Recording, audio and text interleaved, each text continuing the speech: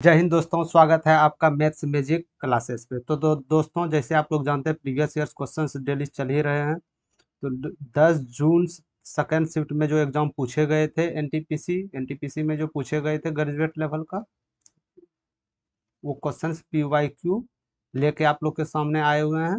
जो upcoming exam, जितना भी अपकमिंग एग्जाम्स हैं, चाहे वो 12th लेवल हो और 12th लेवल हो या ईटीसी जो भी हो। अभी तो 12th लेवल का आपका सिटी इंटीमेशन जारी हो चुका है। सिटी इंटीमेशन जारी आपका हो चुका है, तो आप लोग सिटी इंटीमेशन देखिए और कहाँ आपका सेंटर कितना दूर, घर से कितना दूर दिया गया है, कमेंट बॉक्स में जरूर बताइएगा। चलते हैं क्वेश्चन की तरफ। यदि आप लोग को सेशन उशन पसंद आ जाए तो सेशन को लाइक जरूर आप कीजिएगा और शेयर कर दीजिएगा न्यू स्टूडेंट्स के लिए, क्योंकि जो भी न्यू स्टूडेंट है उसके लिए न्यू बेस पकड़ना या कोई ट्रिकली क्वेश्चन पकड़ना उसके लिए आसान हो जाता है। ठीक ना, क्योंकि उसका सब चीज़ न्यू होता है। तो इसीलिए जो आपका हो भाई, दोस्त या जो भी हो, वो सबको शेयर कर देना है आपको। बाकी बात, आप यदि न्यू हैं इस चैनल पे तो चैनल को सब्सक्राइब कर लीजिएगा। इस तरह पी बाई क्यू हो गया या कोई भी गवर्नमेंट जॉब नोटिफिकेशन हो गया, वो आप तक पहुंचाने का काम किया जाता है। तो चलते हैं क्वेश्चंस की तरफ बिना कुछ लेट किए। ये स्टार मार्क्स इसलिए क्वेश्चन है दोस्त, ये स्टार मार्क जो है क्योंकि 10 जून को जो प्रीवियस ईयर्स यानी कल जो क्लास करवाए थे, 9 नंबर क्लास था, जो भी क्लास करवाए थे उसमें से ये क्वेश्चंस रिपीट है। सिर्फ नंबर, सिर्फ डाटा चेंज है, ये सिर्फ नंबर डाटा चेंज है। बाकी बात सब जगह ये क्वेश्चंस रिपीट हुआ है। ये तो जो क्वेश्चंस रिपीट हुए हैं उसको मैंने स्टार के मार्क से प्रदर्शित कर दिया गया है। तो आप देख लीजिएगा कितना क्वेश्चंस रिपीट हुए हैं, लगभग नहीं कम से कम तो 7-8 क्वेश्चन रिपीट हुए हैं। तो इसीलिए आप लोग को बोला जा रहा है कि पीवाईक्यू क्वेश्चन क्यों इतना जरूरी है, क्योंकि वहां से आपको सिलेबस का पता पड़ जाता है कि क्या पैटर्न आया है पिछले बार, अब की बार क्या पैटर्न होने वाला है, ये हो जाता है। वहां से आप बनाने का सॉल्व विधि देख सकते हैं, सेम टू सेम क्वेश्चन आएगा, उसके लिए टेंशन ना ले, वीडियो पे बने रहें। सेशन पसंद आ जाएगा तो लाइक कर। चलते हैं क्वेश्चन की तरफ, सॉल्व करते हैं। सॉल्व कीजिए इस क्वेश्चन को। 44 और b का तृतीय अनुपाती c है। यदि पहले तीन सम प्राकृत संख्याओं का योग b है तो c का मान ज्ञात कीजिए। 2 दशमलव स्थानों तक पूर्णांकित किया जाता है। ठीक। तो तृतीय अनुपात क्या होता है, कल भी क्लास में बताए थे, स्टार मार्क से, यानी कल भी आया था ये क्वेश्चन। तो ये कल हमने बताए थे कि यदि प्रथमा अनुपाती पूछते तो बी स्क्वायर अपॉन सी कर देना है। द्वितीय अनुपाती पूछते तो रू अंडर ए सी हो जाता है। तृतीय अनुपाती पूछते तो बी स्क्वायर अपॉन ए हो जाता है। ये कल के वीडियो में डिटेल से इसको बताया, जाके देख लीजिएगा यदि नहीं समझ में आया तो। ठीक है, चलते हैं डायरेक्ट। 44 और बी का तृतीय अनुपाती सी है। क्या मैं बोल सकता हूँ तृतीय अनुपाती क्या हो जाएगा, तो बी स्क्वायर अपॉन 1, तो बी स्क्वायर अपॉन 1 के जगह पे क्या है 44, ये मेरा तृतीय अनुपाती हो जाएगा। तो बी का वैल्यू क्या है, तो यदि पहले तीन सम प्राकृत संख्याओं का योग बी, बी का वैल्यू ये दिया गया है, क्या दिया गया है, तीन तीन सम प्राकृत संख्याओं का योग। तो तीन सम प्राकृत संख्या, पहला प्राकृत, सम प्राकृत 2, 4, 6, यही तो तीन प्राकृत संख्या है। तो ये दोनों का कितना हो जाएगा बी, ये बोला गया है बी जो है ये इसका 12 जो है, ये बी का वैल्यू दिया गया है। तो आप यहाँ से डायरेक्ट पुट भी कर सकते थे, बट 44 से ये हो जाएगा, तो ये 44 हो जाएगा। ठीक, 44 हो जाएगा। इसको यहाँ से आप काट भी सकते हैं 22 से या 72 से, या इसको 36 से 11 से कर भी सकते हैं। तो डायरेक्ट यहाँ देख सकते हैं 11 तिया 33, 3 अंक के बाद दशमलव देना है। ज़्यादा पूरा कैलकुलेशन करने में एग्जाम हॉल में आप लोग को लगाना नहीं है। ठीक है, जहाँ देखिए कि ऑप्शन, हाँ यहाँ 3 पॉइंट में आ रहा है तो एक नज़र ऑप्शन की ओर दौड़ाना है आप लोग को कि क्या 3 पॉइंट्स आ रहा है, जी नहीं, एक ही 3 पॉइंट्स है, तो option number A is correct answer. आपको ये सीखना है इस चैनल पे, प्रोसेस में नहीं जाना, कैलकुलेशन से बचना है और जल्दी पेपर सॉल्व करना है।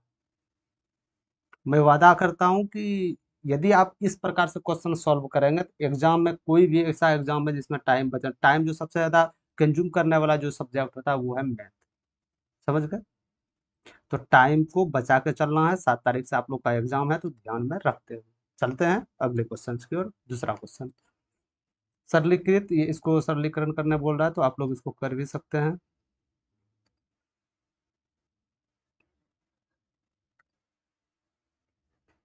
118 माइनस 5, क्या मैं सिंगल डिजिट से इसको यूनिट डिजिट से कर सकता हूँ? तो 2 में है तो इसको यूनिट डिजिट, थोड़ा सिंपल है कैलकुलेशन, ज़्यादा तो है नहीं, तो यूनिट डिजिट का प्रयोग ना करते हुए डायरेक्ट क्वेश्चन की तरफ चलते हैं। 118 है यहाँ, माइनस यदि ब्रैकेट का काम किया, बोधमास रूल्स, ब्रैकेट का काम क्रिया पहले करते हैं, तो ये इसका ये 30 हो गया, तो इसको यदि गुना करेंगे तो ये 150 हो जाएगा, प्लस 55 हो जाएगा, प्लस ये प्लस प्लस में जुड़ जाएगा आके, तो ये कितना हो जाएगा 3, ये हो जाएगा माइनस 150। तो यहाँ से आपका क्या वैल्यू आ गया? 33, यही आपका आंसर होगा 33। ठीक है, इसमें कुछ ऐसे है था ही नहीं। चलते हैं अगले क्वेश्चन की ओर। गोपाल को पहले वर्ष में अपनी बिक्री राशि में 2% की वृद्धि, दूसरे वर्ष में दूसरे वर्ष में 20% की वृद्धि होती है, और इस प्रकार उसकी वर्तमान बिक्री 1,83,600 रुपया है, तो 2 वर्ष पूर्व उसकी बिक्री कितनी थी? तो क्या मैं ये बोल सकता हूँ कि 2 साल बिक्री नहीं, कुछ तो एक्स थी, एक्स मान लेते हैं, 2 साल बिक्री यही थी, क्या मान लेते हैं? ठीक है, पहले साल कितना वृद्धि हुआ? 2%। 2% क्या मैं 51/50 लिख सकता हूँ? जरूर, क्योंकि 2% का वैल्यू होता है ना 102 बेटे, यदि 100 करेंगे तो 50, 51/50 लिख सकते हैं, हम लिख सकते हैं। ठीक है, दूसरे वर्ष कितना वृद्धि हुआ इसका? 20%, क्या मैं 20% का वैल्यू 6/5 लिख लूँ? ठीक है, ये सबको वैल्यू आपको याद करना होगा, याद मुंह पे रखना होगा, क्योंकि 25% का वैल्यू डायरेक्ट 101/5, तो वृद्धि बोल रहा है 6/5, कम बोलेगा तो 4/1 माइनस करके लिखना। ठीक, अब 2 साल बाद जो वृद्धि हुआ, वृद्धि होकर कितना राशि हो गया? तो 1,83,600 ही आपका वृद्धि हो गया।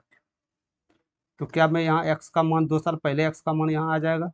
ठीक है, एक्स बराबर कितना, यदि इसको हम करें गुणनफल तो 6 आ जाएगा, 30 आ जाएगा, तो ये क्या 6 बार में जा रहा है ना, तो डायरेक्ट 6 बार में, तो 600 कर दीजिए, तो 250 ये होगा, 250 600 यानी आपका 1.5 लाख हो जाएगा, यानी 1,50,000 आपका आंसर हो जाएगा, जो करेक्ट आंसर बी है। ठीक है, यदि पहले पूछा गया ना, तो ये क्या बोला, वर्तमान बिक्री बोल रहा है, 2 वर्ष पूर्व खोज रहा है, तो 2 वर्ष पूर्व ये हो जाता है। यदि ये कहता कि नहीं 2 वर्ष बाद क्या होगा, तो यदि ये वर्तमान, ये राशि जो आपका दिया गया है, ये राशि, यदि ये राशि आपका होता वर्तमान राशि न रह के पिछले राशि है, वृद्धि से पूर्व है, तब आपको एक्स का मान इसको यहाँ रखना था। ठीक है, चलते हैं अगले क्वेश्चन की ओर। इसका समतुल्य भिन्न आपको बताना है, समतुल्य भिन्न क्या होगा? तो यदि 2.777 है, 7 बार बार बार रिपीट कर रहा है, तो ये यदि डॉट ऐसा है तो ये अनंत तक रिपीट करते जा रहा है, तो क्या मैं इसको इस पे पावर बार लिख सकता हूँ? इसको बार नाम दिया जाता है, तो 2.7 पे पावर बार, क्योंकि 7 पे बार इसलिए क्योंकि ये 7 बार बार रिपीट हो रहा है। यदि 2 अंक पे रहता, यदि मान के चलिए 0.10 29 रहता, 29 पे बार रहता, तो ये 29 29 29 29 ये बार बार रिपीट होते रहता है। तो जिस अंक पे पावर बार है, इसका मतलब वो संख्या रिपीट हो रहा है, विभाजित नहीं हो रहा है। ठीक है, तो इसको मैं क्या लिख सकता हूँ? 2 पॉइंट, यदि जिस पे बार है, बार हटा के नीचे 9 से डिवाइड कर देते हैं, तो यहाँ से आपका हो जाएगा 25/9 answer. Correct answer is C आपका। ठीक है, मतलब साथ साथ ये समझाया, डायरेक्ट बार ना देके साथ साथ साथ लिखा गया है, इस जगह आपको लगाना है कि हाँ 7 रिपीट हो रहा है, तो एक ही जगह पे 7 आएगा। यदि यहाँ 7 7 1 रहता, फिर 7 1 रहता, तो 7 1 पे बार लगता। ठीक है, लेकिन ना कि यहाँ सिर्फ 7 7 7 है, तो एक 7 पे बार लगेगा, और इसको हटाने के लिए 9 से करना पड़ेगा, बस आपका उत्तर आ गया। ठीक है, चलते हैं अगले क्वेश्चन की तरफ। किसी आंकड़े समुच्चय का माध्य और बहुलक, ये भी क्वेश्चन से देखिए, ये भी क्वेश्चन आपका आया था पिछले वाला में, आप जाके वीडियो देख सकते हैं। और क्वेश्चन इधर नहीं, एक ही है फर्स्ट, और ये क्वेश्चन नहीं, ये क्वेश्चन आपका आया है, क्योंकि कल मैंने कराया था ये क्वेश्चन कि माध्य आपके पास दिया गया है, बहुलक आपके पास दिया गया है, अनुभवजन्य सूत्र का उपयोग करके आप माध्य का ज्ञात करना है। तो अब बहुत सारे स्टूडेंट कंफ्यूज, अनुभवजन्य सूत्र क्या होता है, अनुभवजन्य सूत्र क्या होता है? तो ये होता है अनुभवजन्य सूत्र। ठीक है, क्या होता है, बहुलक यदि निकालना है तो 3 माध्य का -2 माध्य करना है। प्रत्येक एग्जाम्स में एक क्वेश्चन इसके आपको देखने मिलेगा, प्रत्येक एक क्वेश्चन, तो इसीलिए ये आप तीनों में किसी एक को खा जाइए, क्वेश्चन आपका सॉल्व हो जाएगा। यदि बहुलक पूछना है तो 3 माध्य का -2 माध्य कर देना है। यदि बहुलक है तो माध्य का -3 ये सूत्र से भी निकल सकता है, या माध्य का दिया गया है तो ये सूत्र से निकाल सकते हैं, या इससे भी निकाल सकते हैं आप। ठीक है, तो मैं ये पहला नंबर सूत्र को फॉलो करता हूँ, बहुलक बराबर 3 माध्यका माइनस टू माध्य। चलते हैं, तो बहुलक कितना मेरे पास दिया गया था 61.7, तो ये बहुलक बराबर क्या था 3 माध्य का, तो 3 माध्य का तो नहीं है, तो एक्स मान लेते हैं माध्य का, माइनस 2 माध्य, माध्य कितना है, तो माध्य आपके पास क्या दिया गया है 51.5, इसको 2 से यदि मल्टीप्लाई करते हैं हम तो कितना आ जाएगा 103 आ जाएगा ना, 103 आ जाएगा। यदि ये इधर माइनस है तो इधर जाके ये प्लस हो जाएगा, 103 इसमें ऐड हो जाएगा। ठीक है, तो क्या मैं 3x का वैल्यू यहाँ से लिख सकता हूँ 0.7461 ये, तो x बराबर यहाँ से निकाल दीजिए 15 हो गया ये। ठीक है, और ये 4 हो गया यानी 54, इसको मैं कर ही लेता हूँ डायरेक्ट, ये आ गया। ठीक है, तो क्या हो गया 3 15 हो गया, 3 12 हो गया, 3 9 27 हो गया, ये आपका उत्तर आ जाएगा यानी 54.9 आंसर 54.9। यहाँ मैंने 2 डिजिट चेक किए नहीं आ रहे थे क्योंकि लास्ट डिजिट ये था, तो ये इसका आंसर। ठीक है, ठीक है, तो डायरेक्ट ये भी देख सकते हैं आप कि 3 से डायरेक्ट ये वाली जो संख्या है 3 से डायरेक्ट यदि पूरी तरह संख्या कटेगी, यदि इकाई अंक पे 7 है तो 9 या 27 यानी कि जो भी उत्तर होगा इकाई अंक पे 9 होगा। ऐसे भी जा सकते थे आप लोग। ठीक है, चलते हैं अगले क्वेश्चन की तरफ। ये क्वेश्चन भी कल करवा दिए थे, बहुत सारे स्टूडेंट को ये क्वेश्चन समझ में नहीं आया होंगे, तो आज इस क्वेश्चन को बढ़िया से मतलब ध्यान देकर सुनिएगा और देखिएगा और बनाने की कोशिश कीजिएगा। ठीक है, बोला गया है अब से 3 वर्ष पहले, मतलब वर्तमान आयु से 3 वर्ष पहले पिता की आयु उसके पुत्र की आयु के दुगुने से 14 वर्ष अधिक थी। ठीक है, अब से कितने वर्ष बाद उसकी आयु उसकी पुत्र की आयु की दुगुनी हो जाएगी। ठीक है, तो क्या मैं ये फादर और ये सन बोल देता हूँ, डिनोट कर देता हूँ इस नाम से एफ एस से। ठीक है, कल भी मैंने ये बताया था कुछ यदि इस तरह सवाल क्वेश्चंस आए तो आपको कुछ नहीं करना है, लड़का का जो भी बोल रहा है लड़के के रिस्पेंस में पूछ रहा है तो लड़का का कुछ वीडियो मान लो 5 मान लो 10 मान लो 20 मान लो 1000 मान लो 2 लाख मान लो 15 करोड़ मान लो, आपकी मर्जी। ठीक है, तो हम 10 मानते हैं इसलिए क्योंकि कैलकुलेशन 10 में आसान होता है, ये 5 से में आसान होता है, तो कल मैंने वीडियो में बता दिए थे, तो आज 10 का वैल्यू लेके हम आपको बता रहे हैं। मान लेते हैं सपोज डेट कि इसका वर्तमान आयु 10 है। ठीक है, तो उसके पुत्र की आयु कब 3 वर्ष पहले, तो क्या पुत्र की आयु 3 वर्ष पहले क्या हो जाएगा, बोलिएगा 7 साल, 3 साल पहले इसका आयु 7 साल, तो 3 वर्ष पहले पुत्र के आयु के दुगुने यानी 14 हो गया, 7 दूनी 14, दुगुने से 14 वर्ष अधिक है, यानी 7 दूनी 14 हो गया ना, तो इससे 14 वर्ष अधिक है। यही हुआ ना, यानी हम बोल सकते हैं कि इसका उम्र 3 साल पहले फादर का उम्र 28 वर्ष रहा होगा, रहा होगा कि नहीं, क्योंकि ये साफ बोल रहा 3 वर्ष पहले पिता की आयु उसके पुत्र की आयु के दोगुने से यदि पुत्र की आयु हमको मालूम पड़ जाए इसका दोगुना करके 14 हम कर देंगे, तो ये मेरा 3 साल पहले पिता की आयु, तो मैं क्या यहाँ बोल सकता हूँ कि 3 साल अभी जो वर्तमान आयु उसका पिता का हो रहा है कहीं ना कहीं 31 साल हो रहा होगा, ये आप बोल सकते हैं। अरे बोल सकते हैं ना 31 साल हो रहा होगा। ठीक है, फादर सन यहाँ से आपका आ गया रेशियो वर्तमान आयु का 31:10 आ गया ना रेशियो। ठीक है, अब पूछ रहा है कितने वर्षों बाद उसकी आयु उसके पुत्र की आयु से दुगुनी हो जाएगी, यहाँ तो आप डायरेक्ट ये भी फॉर्मूला यहाँ से लगा सकते हैं, यानी ये 31x मान लीजिए 10x मान लीजिए कितने वर्ष बाद, ये सॉरी इसको 31 मान लीजिए इसको 30 मान लीजिए, कितने वर्ष बाद पूछ रहा है तो प्लस x दे दीजिए, और दुगुना है तो दुगुना यहाँ से भी आप निकाल सकते हैं इसको, लेकिन थोड़ा सा इसमें कैलकुलेशन में लंबा समय जाएगा इसलिए इसको ना करते हुए डायरेक्ट हम ऑप्शन की ओर चलेंगे।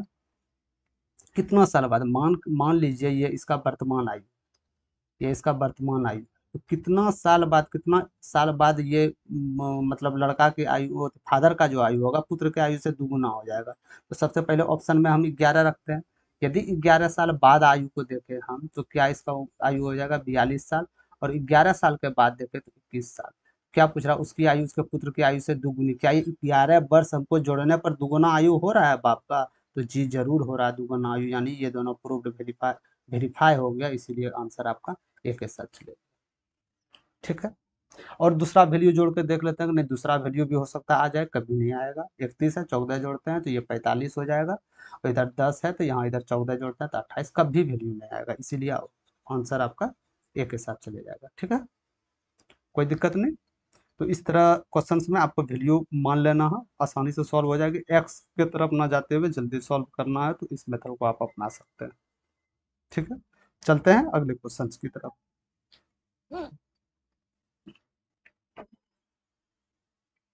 आयत है आपके पास ABCD, इसके अंदर कोई बिंदु P है। यदि PA दिया गया है, PB भी दिया गया है, PC भी दिया गया है, तो PD की लंबाई पूछ रहा है। तो जिस तरह ये बोल रहा है उसका डायग्राम हम बना लेते हैं। आयत है, एक आयत हम बना लेते हैं। ये आयत है, ABCD आयत है, तो ABCD हम बना लेते हैं। ठीक है, कोई बिंदु P है, इसके अंदर कहीं भी P हो सकते हैं, इस जगह, इस जगह, इस जगह, कहीं भी P हो सकते हैं। ठीक है, कहीं भी P हो सकते हैं। PA जो है वो 69 है।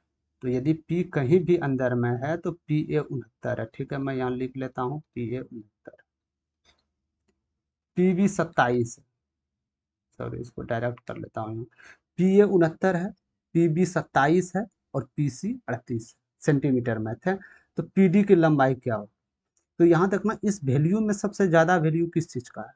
तो सबसे ज़्यादा वैल्यू 69 का है। इसका मतलब पी ए से जो दूरी P का होगा वो सबसे ज़्यादा होगा, क्योंकि P से B की दूरी तो मात्र 27 है और PC की दूरी मात्र 38 है, लेकिन A का दूरी 69 है। तो क्या मैं ये बोल सकता हूँ कि यहाँ यहाँ पे कहीं P अस्थायी रूप से निवास करेगा? क्या आप बोल सकते हैं कि इस जगह कहीं P होगा? इस जगह P यदि होगा तो यहाँ से आप देख लीजिए, इसका यहाँ 69, लेंथ थोड़ा लंबा है। यदि B से बोले तो ये 27 है, लेंथ थोड़ा लंबा है। P से C बोले थोड़ा लंबा है, तो ये 38 है। तो P से D बोले, ये आपको पूछ रहा है ये इसका वैल्यू क्या हो। बस ये क्वेश्चन। तो कहीं ना कहीं ये विकर्ण का निर्माण करेगा।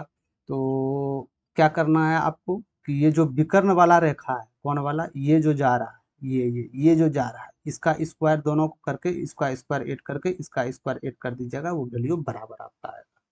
जैसे जैसे P A square plus PC square, यानी PA स्क्वायर, ये वाला PA स्क्वायर और PC स्क्वायर, तो ये आपका हो जाएगा क्या, BP स्क्वायर और DP स्क्वायर। तो क्या मैं लिख सकता हूँ PB square plus PD square. बस यही आपका हो गया। इसमें वैल्यू आपको पुट करना है, बस यही, इसमें वैल्यू आपको पुट करना है। तो PA स्क्वायर कितना है, 69 है, 69 का स्क्वायर है।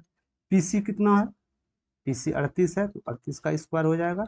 PB कितना है, तो PB आपके पास 27 का स्क्वायर हो जाएगा। PD कितना है, नहीं दिया गया है, तो x मान लो। ठीक, अब क्या करना है, इसका स्क्वायर करके ऐड करके इसका स्क्वायर माइनस कर देना है और इसका रूट अंडर कर देना, तो आ जाएगा। तो क्या ये पॉसिबल है? डायरेक्ट आप इतना स्क्वायर कीजिए एग्जाम्स हॉल में, हो सकता है कोई अंक गलत हो जाए तो लंबा समय जा सकता है। तो क्या मैं ये इसको देख सकता हूँ क्या यूनिट डिजिट से ये संभव है? 2408, यानी यूनिट डिजिट सबका अलग अलग है, तो क्यों ना एक बार हम ट्राई कर लेते हैं। ठीक है, इस सवाल देते हैं एग्जामिनर, इस सवाल देते ही ऐसे हैं कि आप लोग कैलकुलेशन में फंसिए, लेकिन फंसना नहीं है। ठीक है, कैसे यूनिट डिजिट से होगा, अब आइए देखते हैं। 9 है इकाई अंक पे, यदि 69 को हम स्क्वायर करेंगे तो कहीं ना कहीं 9 9 81, शुरू का अंक डिजिट जो होगा 1 आएगा। इधर कुछ भी आ जाए, हम नहीं मानते हैं इधर। इकाई डिजिट से लेने देने का मतलब है हमको, क्या मैं बोल सकता हूँ कि इकाई डिजिट पे 1 आएगा। प्लस 38 का स्क्वायर करेंगे तो इकाई घर पे 8 8 64, यानी 4 आ जाएगा। ठीक है, इसका स्क्वायर करेंगे तो क्या 7 7 49, 9 आ जाएगा। ये एक्स स्क्वायर, ये इकाई अंक पे। ठीक है, तो क्या ये इधर जाके माइनस होगा? तो क्या मैं बोल सकता हूँ एक्स स्क्वायर, यदि ये मेरा 4 1 5 है और 5 में यदि 9 जा रहा है तो कहीं ना कहीं इकाई डिजिट पे 6 बच रहा है। नहीं समझे?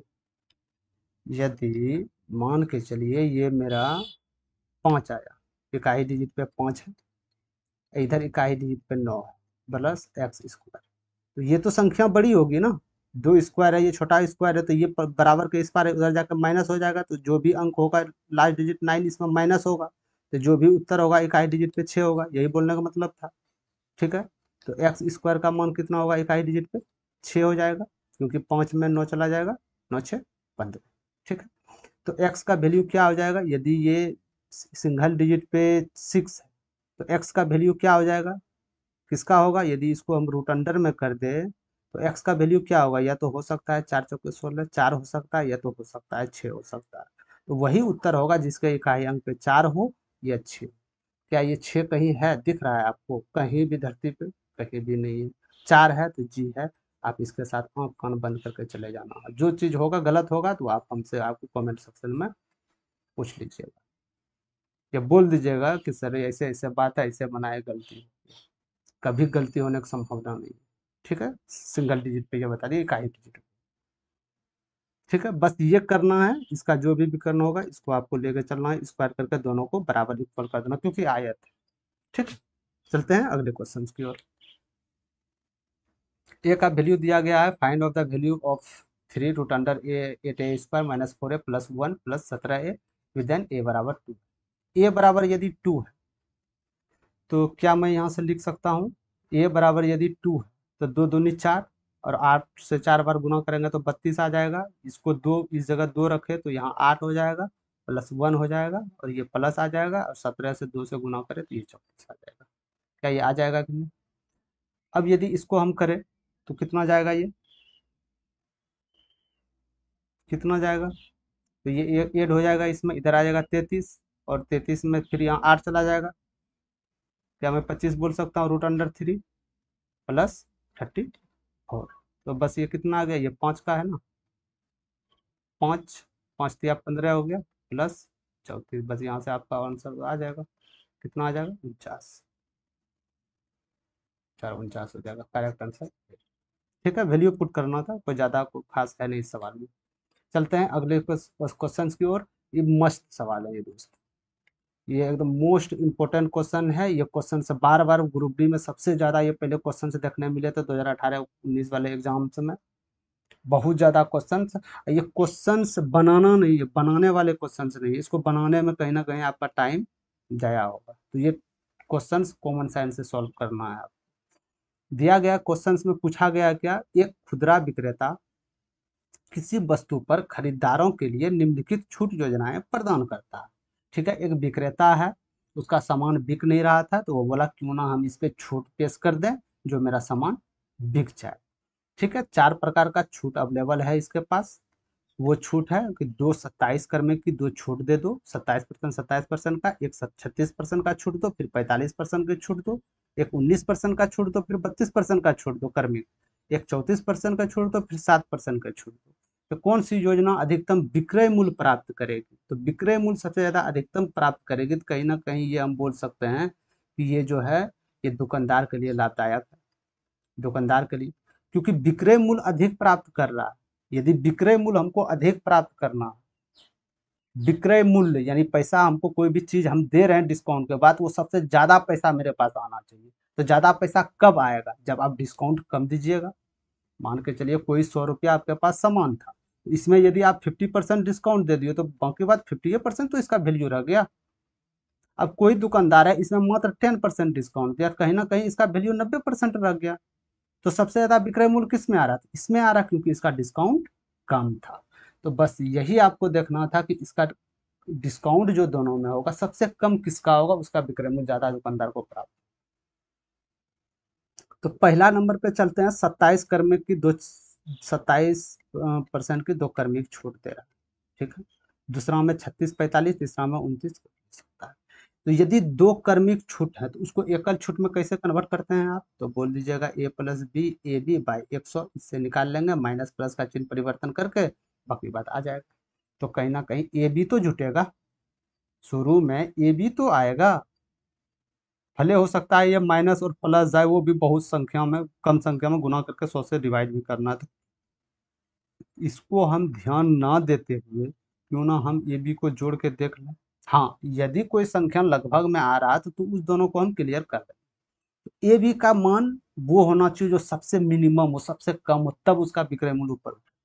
तो क्या मैं बोल सकता हूँ कि ए बी 2 कर्मिक छूट देगा, तो ये कितना छूट आ जाएगा, लगभग 54% से कम, 54% से थोड़ा कम होगा, क्योंकि माइनस माइनस प्लस चला जाएगा उधर। दूसरा नंबर बात करते हैं तो इसमें कितना छूट हो जाएगा, 81%, 81% से थोड़ा कम होगा। तीसरा नंबर बात करते हैं तो इसमें कितना छूट होगा, यानी 51% ना, 51% से थोड़ा कम होगा। और चौथा नंबर का बात बोले तो इसमें कितना छूट होगा, 41% से थोड़ा कम। तो ये सब में छूट में, एकल छूट में देखना किसका छूट सबसे कम है, बस दुकानदार को उसी में फायदा है। तो साफ साफ दिख रहा है, पहला छूट 54, बाप ये तो 50% छूट दे रहा है, 81%, ये तो धंधा चौपट हो जाएगा इसका। 51%, ये भी 50% से लगभग दे रहा है, लेकिन ये 41%, ये बहुत कम छूट दे रहा है। इसका मतलब कम छूट देने का मतलब है कि विक्रय मूल्य जो है इसका, विक्रय मूल्य वो अधिक प्राप्त करेगा। तो यानी सबसे छोटी योजना आपका ये रहा, विक्रय मूल्य प्राप्त करने वाली, इसलिए आपका आंसर 4 आएगा। ठीक है, सी इज करेक्ट आंसर, जो कि ऑप्शन में 4 दिया गया है, वो छूट हो जाएगा। अब बताइए आप, यदि हम इसको डायरेक्ट जिस तरह अधिकतर 99% स्टूडेंट करते हैं, उसी तरह मैं इसको करने लगूं, -27, फिर -27, माइनस माइनस प्लस, फिर 27 × 27/100, बताइए इसमें कितना समय जाएगा। इसको ऐड कीजिएगा, फिर गुणनफल कीजिएगा, फिर 100 से डिवाइड कीजिएगा, कितना समय जा रहा है। तो अप्रोक्स में ऐसे आपको लगाना है और उत्तर आपका आएगा। आप कोई भी क्वेश्चन में इसको अप्लाई करके देख सकते हैं। ठीक है, चलते हैं अगले क्वेश्चन की ओर। एक आदमी क्रमशः 20 किलोमीटर प्रति घंटा, ठीक है, 20 किलोमीटर प्रति घंटा, x किलोमीटर प्रति घंटा और 20 किलोमीटर प्रति घंटा की गति से 100 किलोमीटर, 408 मीटर, 1460 किलोमीटर की दूरियां, तीन दूरी तय करता है, तीनों डिस्टेंस अलग अलग तय करता है। यदि पूरी यात्रा का औसत 40 के पास दिया गया है, तो x का मान क्या है। x मतलब कि बीच में जो दूरी चला था वो कितने किलोमीटर प्रति घंटा से चला था, ये आपको निकालना। ठीक है, औसत चाल दिया गया है। औसत चाल क्या होता है, आप बताइएगा, औसत चाल क्या होता है। एवरेज स्पीड क्या होता है, औसत चाल यही तो होता है, चली गई कुल दूरी, बेटे कुल समय, बेटे कुल समय। तो कुल दूरी कितना चल गया, 100 ये चला, 408 चला, तो कितना हो गया 508। और यदि इसमें 508 जुड़ जाएगा तो क्या मैं बोल सकता हूँ कि 1968 किलोमीटर होगा गुरु, तो ये चलेगा 1968 किलोमीटर। कुल दूरी तो निकल गया, अब कुल समय से हमको डिवाइड करना है। ठीक है, 1968 किलोमीटर निकल गया। ठीक है, तो औसत क्या, औसत बराबर कुल दूरी बेटे कुल समय, औसत क्या दिया गया है, औसत चाल 20, तो औसत की जगह पे 20 आप रख दीजिए। कुल दूरी कितना था, कुल दूरी 1968 किलोमीटर, अभी जस्ट निकाले तीनों दूरी को ऐड करके। ठीक है, कुल समय क्या है, तो समय कैसे निकालते हैं, तो दूरी बेटे चाल। तो पहला दूरी कितना चल रहा था, ये 100 किलोमीटर, इसको चलने में क्या चाल था इसका 20 किलोमीटर। क्या मैं बोल सकता हूँ कि ये दूरी ये 5 घंटा में तय किया होगा, 5 आवर्स में। तो ठीक है, ये पहला दूरी 5 आवर्स में तय किया। दूसरा दूरी कितना चला, 408, कितने किलोमीटर, एक्स। यदि इसको भाग दें, क्या मैं इतना आवर्स में दूसरा दूरी चल जाएगा, ठीक है, 408 बेटे एक्स घंटा दूसरा दूरी हो गया। ये कुल समय से हमको डिवाइड करना, तब औसत चाल निकलेगा। तीसरा जो है 1460 किलोमीटर चला, कितने डिस्टेंस इसका चाल कितने रहा 20, यदि इसको दूरी बेटे समय से चाल से भाग देंगे तो समय निकल जाएगा, टाइम कितना निकला, तो बोल दीजिएगा 73 आवर्स इसको 1460 किलोमीटर में पर घंटा 20 किलोमीटर पर आवर की गति से चले तो इसको 73 घंटा लगता है 1460 किलोमीटर दूरी तय करने में। तो क्या मैं यहाँ 73 लिख सकता हूँ, बस आपका निकल गया, यहाँ से एक्स का वैल्यू निकाल लीजिए। तो 20 बराबर, तो क्या ये 1968, ये कितना आ जाएगा 78 आ जाएगा ना, 78 प्लस 408/x। तो यहाँ से आप 1968 बराबर कर दीजिए, इसको यदि इधर ला के हम गुना कर देते हैं तो ये कितना हो जाएगा, कितना होगा 1560, गुना करने के बाद 78 × 20 1560 प्लस ये कितना हो जाएगा 8160/x हो जाएगा ना। 20 से इसको भी तो 20 से गुना करना है, नहीं, इसको भी तो 20 से गुना करना है आपको, 20 से इसको गुना करना, फिर 20 से इसको गुना करना है, तो कहीं ना कहीं वैल्यू मेरा ये आ जाएगा, आ जाएगा ना, आएगा ना। ठीक है, ठीक। तो मैं क्या यहाँ से इसको इधर आके माइनस कर देता हूँ, तो इसको 1560 यदि माइनस करने जाएंगे तो 80408 आ जाएगा, 408 का वैल्यू क्या आ जाएगा 81/0/x। तो एक्स जाके इधर गुणनफल हो जाएगा, एक्स इसको मैं इधर लिख देता हूँ। ठीक है, क्या बार में जा रहा है 20 बार में, यानी एक्स का वैल्यू क्या आ गया 20 किलोमीटर पर आवर। ये आपका उत्तर रहा, 20 kilometre per hour, 20 kilometre per hour x का वैल्यू निकला। एक्स तो हम यही तो माने थे, एक्स समझिए तो माने थे, तो एक्स का वैल्यू मेरा क्या निकला 20 किलोमीटर पर आवर। ठीक है, बस कुछ नहीं करना, औसत बराबर कुल दूरी कुल समय इस पर बिठा देना है आपको। ठीक है, और कुछ नहीं होगा, ये मैंने कैलकुलेशन के लिए थोड़ा सा लंबा किए थे, गुणा भाग करने के लिए, इसको आपको नहीं देखना। ठीक, ये आपका उत्तर आ गया। इसको, इस सवाल को आप सबसे एक नॉर्मल भाषा में ऑप्शन से भी बना सकते हैं। ठीक है, तो वो किसी और दिन हम करेंगे, अभी वीडियो बहुत लंबा हो जाएगा। चलते हैं 11वां नंबर क्वेश्चन। ये 3 है यहाँ, यानी कि ये पूछा गया है, ये 4 है, तो एक्स क्यू प्लस 1/x³ का मान आपको ज्ञात करना है। तो यदि x प्लस 1/x दिया गया है, x³ प्लस 1/x³ निकालना है, तो इसके लिए क्या फॉर्मूला यूज करते हैं, k³ - 3x, ये यूज करते हैं ना फॉर्मूला आप। यदि इस जगह माइनस रहता तो इसमें प्लस प्लस लगा देते आप। ठीक है, x³ कितना है 64, 4 का क्यूब करेंगे 64, और इसको 4 से गुना करेंगे तो 12, कितना आ जाएगा ये 52। बस यही उत्तर है आपका 52। ठीक है, ये भी क्वेश्चंस कल आया था, स्टार डोनेट किए हैं, ये भी कल क्वेश्चंस पूछा गया था। ठीक है, लास्ट में टोटल क्वेश्चंस जोड़ेंगे, देखिएगा कितना क्वेश्चंस रिपीट किए हैं रेलवे ने। चलते हैं 12वां नंबर क्वेश्चन पे। बिंदु P से केंद्र O, ये जीरो नहीं O है, केंद्र O वाले वृत्त पर एक स्पर्श रेखा खींची जाती है, वृत्त की त्रिज्या दिया गया है, और बिंदु P से केंद्र O की दूरी 25 सेंटीमीटर, यानी P से O की दूरी 25 सेंटीमीटर दिया गया है, तो बिंदु P से स्पर्श बिंदु तक हाँ स्पर्श रेखा की लंबाई कितनी है, ये आपको बताना। तो बिंदु P से बिंदु केंद्र O वाले एक वृत्त पर, पहले मैं वृत्त बना लेता हूँ एक, जिसका सेंटर क्या है O, जिसका सेंटर क्या है O है, O है, ये हम बना लिए, जिसका सेंटर O है वो बना लिया। ठीक है, ये बिंदु P से खींचे जा रहा है, और वृत्त का त्रिज्या आपके पास दिया गया है कितना है 7 सेंटीमीटर। क्या मैं ये बोल सकता हूँ कि ये जो भी त्रिज्या होगा, चाहे ये हो जाए या ये हो जाए, चाहे ये हो जाए या ये जो है, ये सब जो होगा ये 7 सेंटीमीटर, 7 सेंटीमीटर होगा त्रिज्या। ठीक है, और P से O की दूरी 25 सेंटीमीटर, जब 7 सेंटीमीटर त्रिज्या है यहाँ का, 25 सेंटीमीटर, कहीं ना कहीं P कहीं दूर कोने में एडजस्ट कर रहे होंगे इस जगह।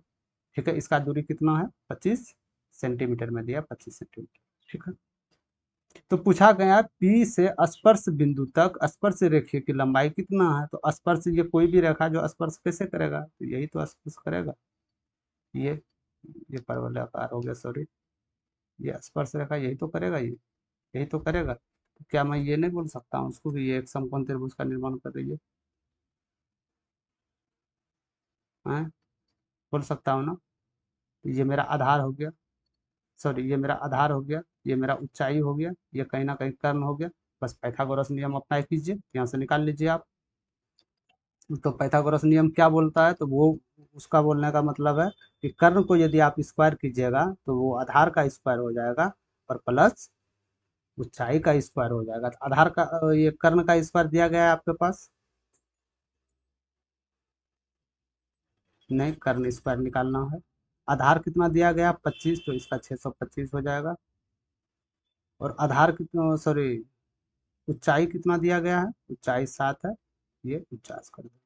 ठीक है, ये आपको निकालना है, 674 आ जाएगा एक्स का वैल्यू, सॉरी एक्स स्क्वायर का। तो एक्स का वैल्यू कितना आ जाएगा, बता सकते हैं एक्स का वैल्यू कितना आएगा 674 का। यदि हम इकाई डिजिट लेते हैं तो 4 चौके 16, ये नहीं होगा, एक नहीं होगा, ये 7 7 49 नहीं होगा, एक, हाँ एक नहीं होगा।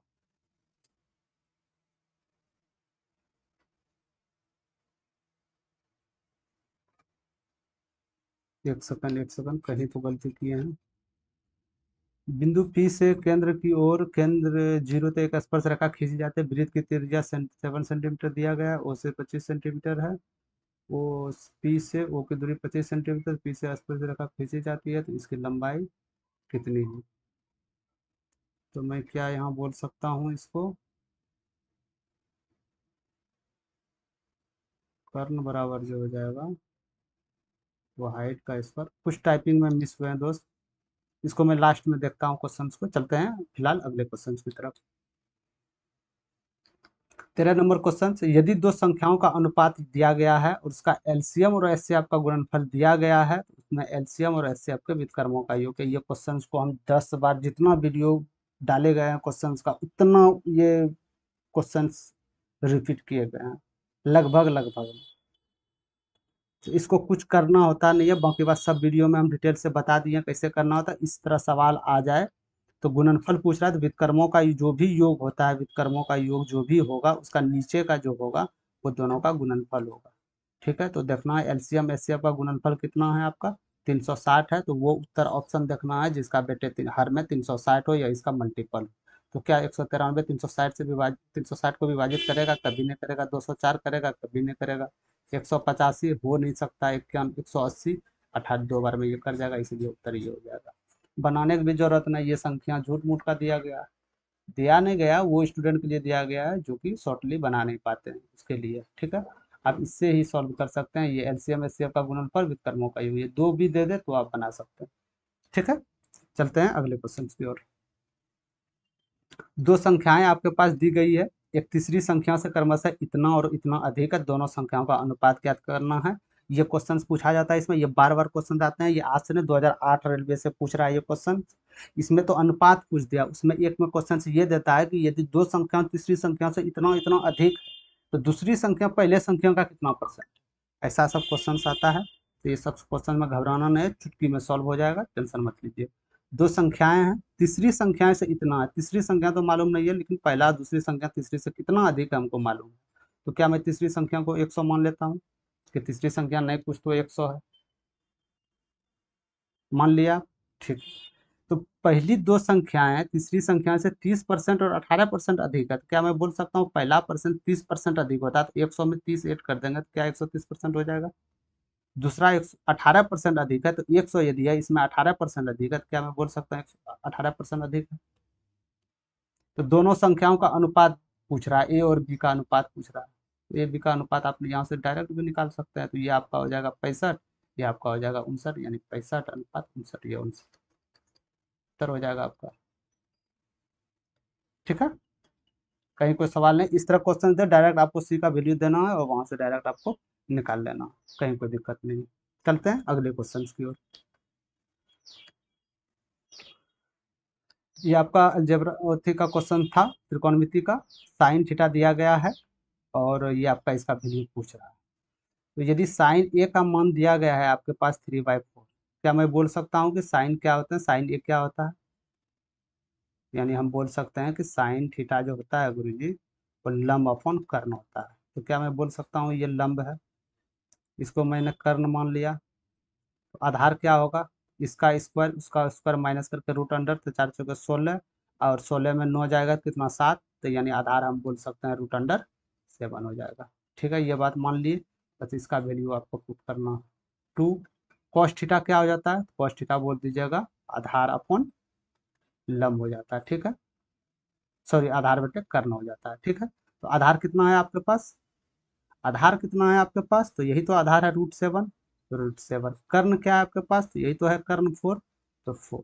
नीचे क्या √7 है, यहाँ √7, तो √7 ये कट गया तो बराबर वैल्यू आ गया आपका आपका। तो ये रहा आपका उत्तर 7। क्या परेशानी था बोलिए, कुछ नहीं था, सिर्फ वैल्यू पुट करना था। ठीक, चलते हैं अगले क्वेश्चन की ओर। एक पाइप एक टैंकी को 8 मिनट में भर सकता है जबकि दूसरा पाइप पूरी भरी हुई टैंकी को 11 मिनट में खाली कर सकता है। यदि दोनों पाइपों को एक खाली टैंकी में चालू किया जाता है तो टैंकी के 3/4 यानी 75% भरने में कितना समय लगेगा। ठीक है, तो क्या मान एक पाइप को ए भरने वाले पाइप को ए मानते हैं तो 8 मिनट में ये भर सकता है। ठीक है, खाली करने वाली टैंकी इसको माइनस से डिनोट करते हैं तो इस 11 घंटा में ये खाली कर देगा। क्या मैं टैंकी का क्षमता यहाँ से निकाल लूँ, टोटल टैंकी टैंकी का मेरे पास क्षमता क्या निकल के आएगा जिसको वो भरना है, तो ये दोनों का एलसीएम आ जाएगा। एलसीएम आप कैसे इसको एलसीएम एलसीएम 2 से ऐसे करके निकालिएगा, एलसीएम कभी नहीं इससे नहीं निकालना।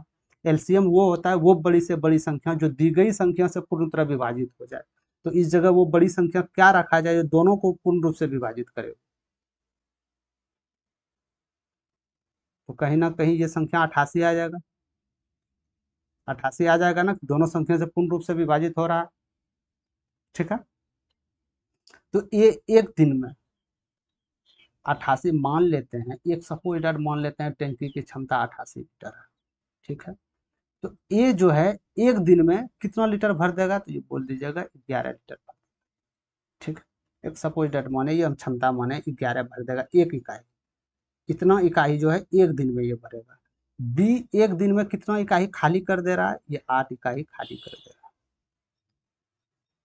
यदि दोनों हम मिलके भरवाए तो एक दिन में कितना इकाई टंकी भरेगा या खाली होगा, तो आप बोलिएगा कि 11 इकाई एक दिन में तो ये भर रहा है, ये 8 खाली कर रहा है। हम बोल सकते हैं कि दोनों टंकी को हम यदि खोल दें, दोनों नल को यदि हम एक साथ खोल दें, तो टंकी जो है एक दिन में जो है 3 इकाई भरेगी, 3 इकाई भरेगा एक दिन में। एक दिन में 3 इकाई भरेगा ना। तो टैंकी का कितना, क्या पूछ रहा है आपका आंसर में, टैंकी का 3/4 भाग कितना हो गया, तो 88 का 3/4 क्या हो जाएगा, इसका 3/4 निकालना है ना, तो इसका 3/4 क्या हो जाएगा, 66 हो जाएगा। अरे 75% वैल्यू इसका तीन, यही होगा ना, 66 ही होगा ना। 3/4 भाग ये हो गया, एक दिन में ये भर रहा है 3 इकाई, तो 66 इकाई भरने में ये कितना समय लगाएगी, बोल दीजिएगा 22 मिनट में ये भरेगा। Option number 4। ठीक है, चलते हैं अगले क्वेश्चन की ओर। स्टार मार्क्स, यानी ये क्वेश्चन कल भी कराए गए हैं। ठीक है, सिर्फ ये डाटा चेंज, ये नंबरिंग तो ये सेम है, सिर्फ ये दोनों नंबरिंग चेंज किए थे रेलवे वाला। चलते हैं इस क्वेश्चन को सॉल्व करने में।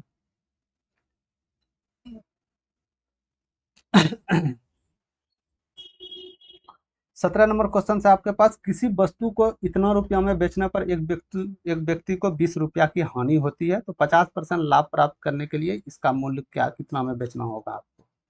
यदि आप कोई वस्तु 112 रुपया में बेच रहे हैं, तो आपको 20% का हानि हो रहा है, लॉस में जा रहे हैं आप 20%, तो कहीं ना कहीं आप बोल सकते हैं कि मेरा 80% का जो वैल्यू होगा ये इसके बराबर होगा, होगा ना।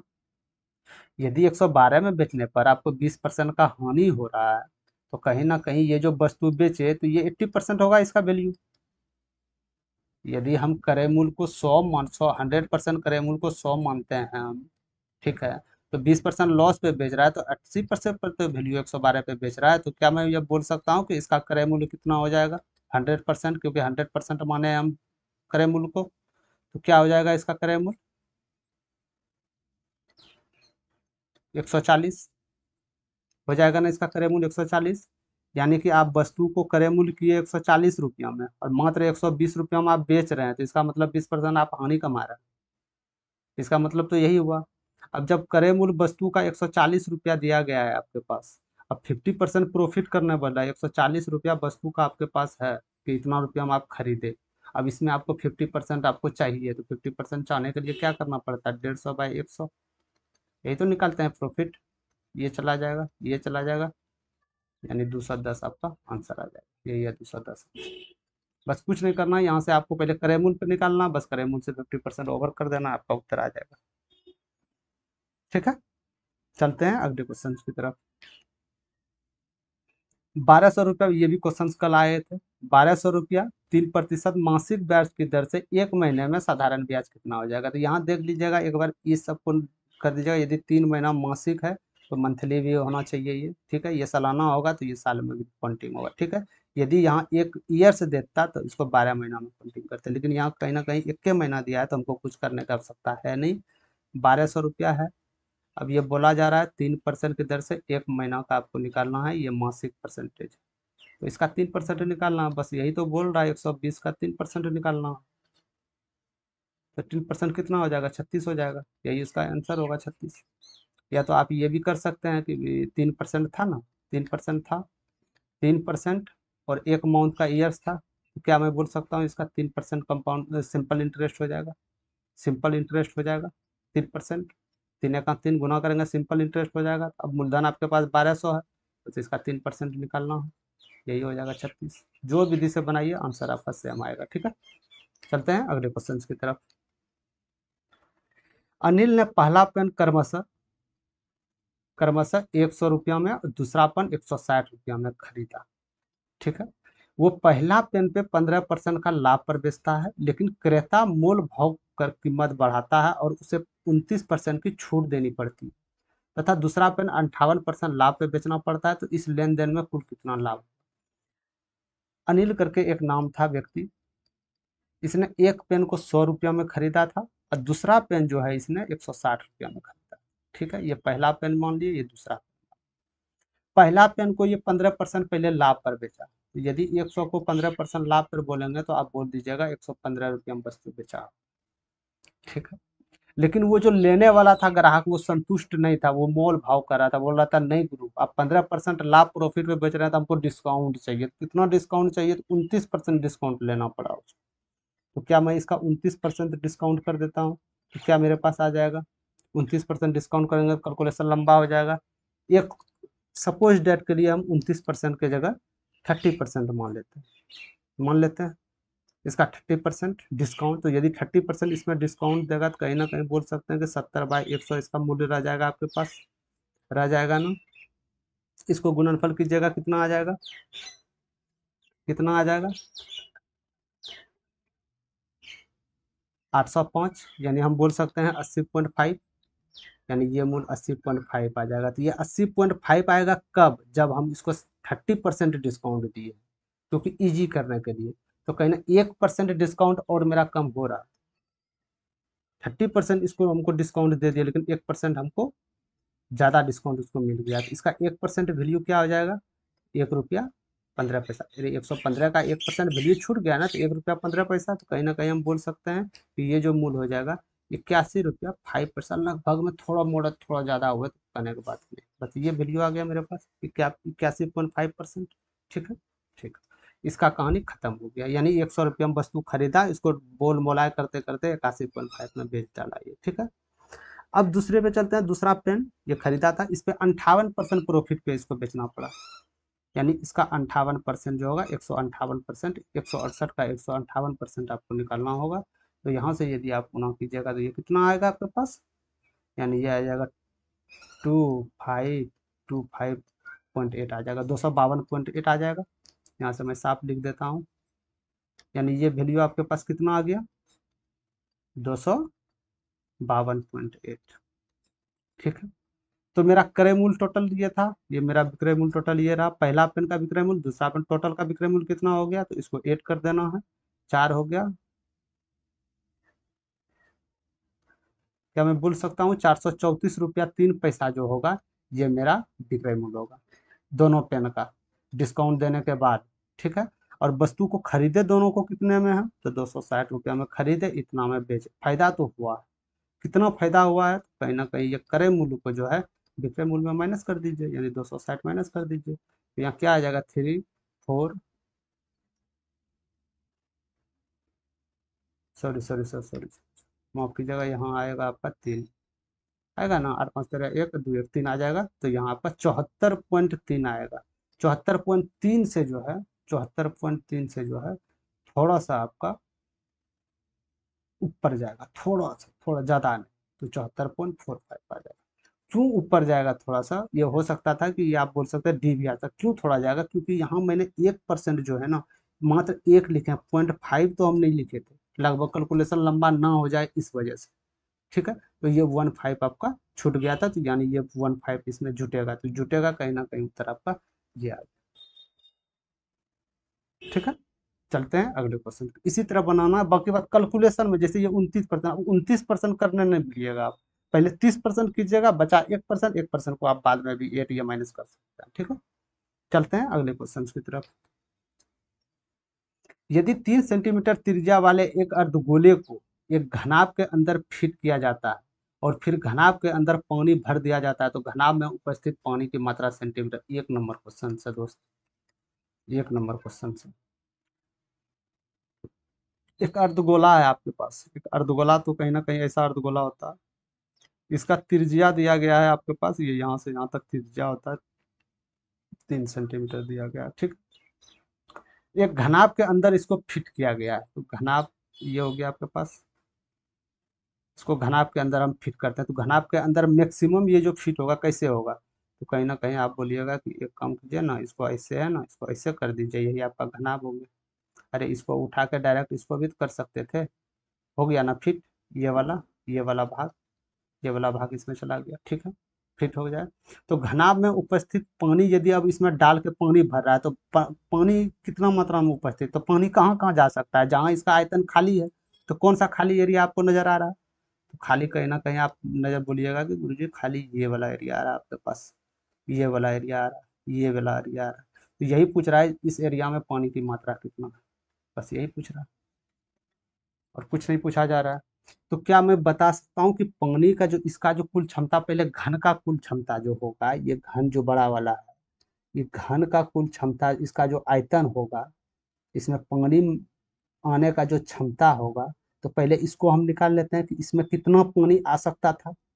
ठीक है, अब फिर हम ये निकाल लेंगे कि इसमें कितना क्षमता था, नहीं समझे। और यदि इसका क्षमता हम निकाल लेंगे, नहीं समझे, देखिए ध्यान से सुनिएगा, ये मेरा है ना, ये मेरा है घन है, ठीक, ये मेरा घनाभ है। इसका पहले बड़ा वाला का क्षमता हम पहले निकाल लेते हैं कितना क्षमता होगा। अब फिर ये जो छोटा वाला गया है ये वाला, इसका क्षमता निकाल के यदि इसमें हम माइनस करते हैं, तो कहीं ना कहीं आप बोलिएगा कि यदि ये बड़ा वाला में ये छोटा, ये अंदर वाला माइनस कर दें तो ये वाला भाग निकल जाएगा। बस यही करना है आपको। तो बड़ा वाला का क्षमता क्या है, तो बड़ा वाला का क्षमता पानी का कितना आयतन भर रहा है, तो घनाभ का आयतन क्या होता है, तो एल गुना बी गुना एच हो जाता है। यानी बड़ा का क्षमता निकल जाएगा, कितना पानी आएगा सेंटीमीटर क्यूब में। लंबाई क्या है आपके पास, तो यदि ये इसमें आ रहा है दोस्त, यदि ये इसमें गोला एक फिट हो रहा है, अर्धगोला फिट हो रहा है इसमें, यदि इसमें फिट हो रहे हैं अर्धगोले, तो यदि ये मेरा यहाँ त्रिज्या दिया गया है 3 सेंटीमीटर, तो क्या मैं ये बोल सकता हूँ ये मेरा पूरा 6 सेंटीमीटर होगा। तो यानी यही तो एक घनाभ की लंबाई होता है, तो यानी ये 6 सेंटीमीटर हो जाएगा। तो घनाभ की लंबाई 6 सेंटीमीटर। चौड़ाई जो इसका ये होगा, घनाभ तो वही है ना जो इसका ये होगा, चौड़ाई भी 6 इसका हो जाएगा। ठीक है, क्योंकि इसका ये व्यास 6 होगा।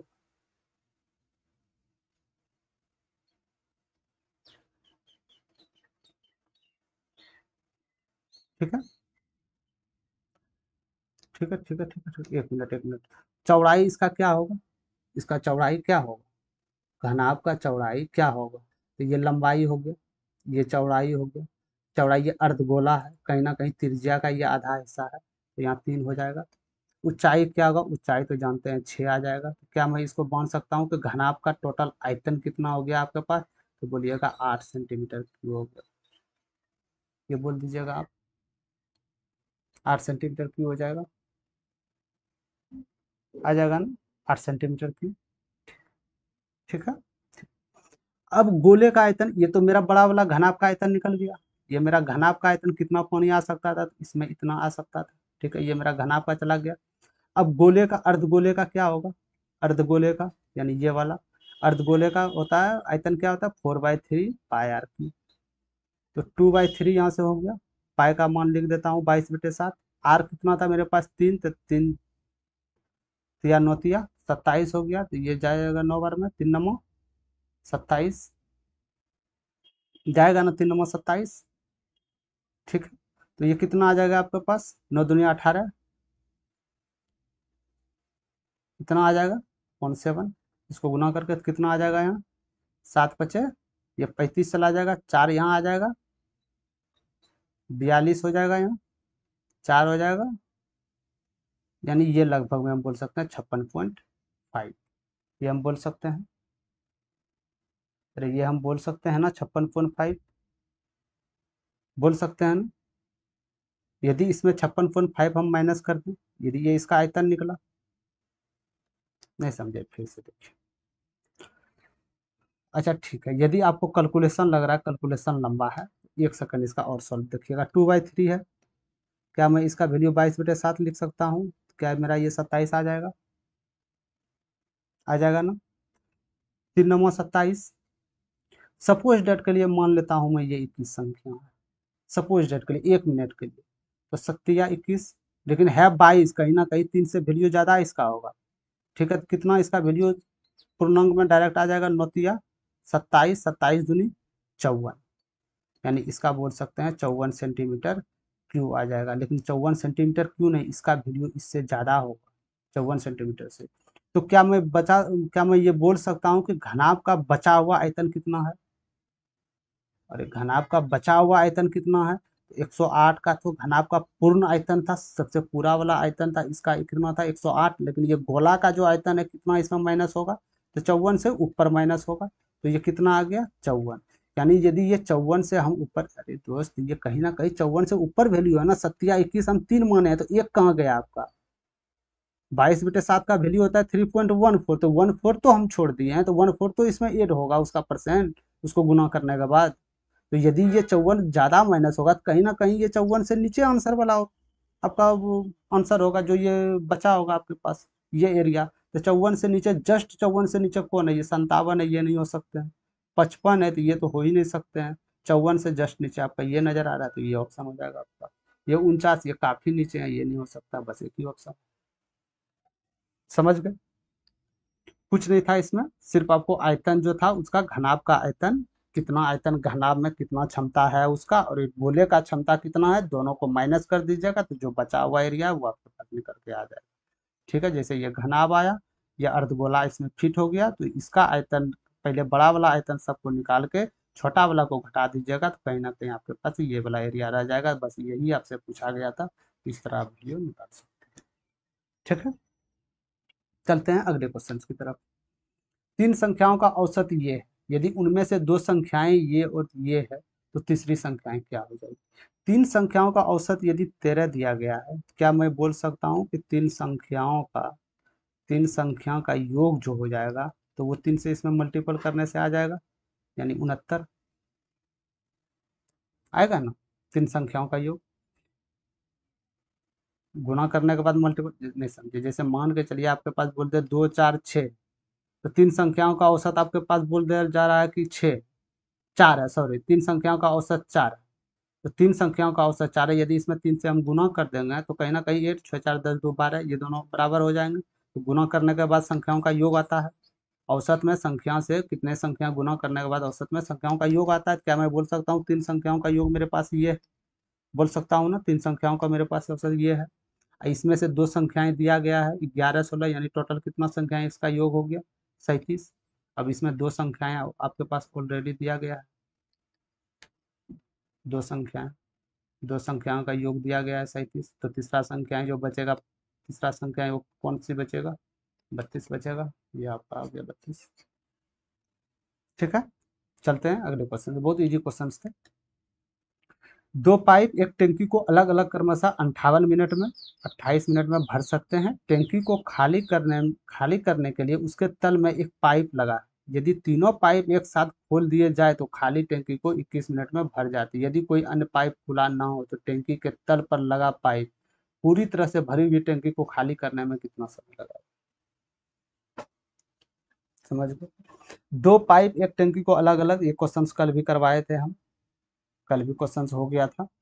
तो ये एक दिन में कितना, ए बी दोनों मिलकर एक दिन में कितना भरेंगे, ए और बी दोनों एक दिन में कितना भरेंगे, तो ये एक दिन में 1/, ये 98 भर रहा है, तो एक दिन में 1/98, तो एक दिन में 28 बढ़ जाएगा। तो यदि ये दोनों वो योग है तो ऊपर वाला को कॉर्नर गुना करके योग कर देते हैं, तो कितना आ जाएगा इसका 6, यानी 126 आ जाएगा ना। और नीचे को गुणनफल ना करके डायरेक्ट, क्योंकि संख्याओं को हमको कटाना है, तो नीचे आप कर सकते हैं। ठीक है, कर सकते हैं। तो क्या ये 14 बार में जाएगा, 14 दूनी 28, ये 14 बार में यदि हम इसको उड़ा दे तो क्या बार में जाएगा, 9 बार में, 9 चौक 36, ठीक, ये 9 बार में चला गया, चला गया ना। तो क्या मेरा आ गया 9/98 गुना 2। क्या मैं कहीं ना कहीं ये बोल सकता हूँ, इसको डायरेक्ट गुणनफल करके लिख देता हूँ, 196। तो ये मेरा किसका हो गया, ए और बी का एक दिन में इतना ये भरेगा, एक दिन में, ध्यान दीजिएगा एक दिन में भरेगा। और यहाँ बोला जा रहा है कि तीनों पाइप खोल दिया जाए तो 21 मिनट में भर जाते हैं। कौन कौन तीनों पाइप, ए जा रहा है, बी जा रहा है और सी खाली करने वाला जा रहा है, तो इसको 21 मिनट लग रहा है। तो क्या मैं बोल सकता हूँ कि एक दिन में कितना मिनट खाली करेंगे, तो 1/21। तब ये जब ए बी सी तीनों मिलकर एक दिन में इतना बार भरते हैं, ए बी माइनस सी एक दिन में इतना भरते हैं, और ए बी जो है ये दोनों मिलकर इतना भरते हैं, कितना 9/196 भरते हैं। तो क्या मैं बोल रहा हूँ इसमें माइनस हो जाएगा, तो ये मेरा सी का वैल्यू आ जाएगा, कितना मिनट में भराएगा, बस यहाँ से सी का वैल्यू आपको निकालना है। ठीक है ना, ठीक है, सी का वैल्यू आपको यहाँ से निकाल लेना।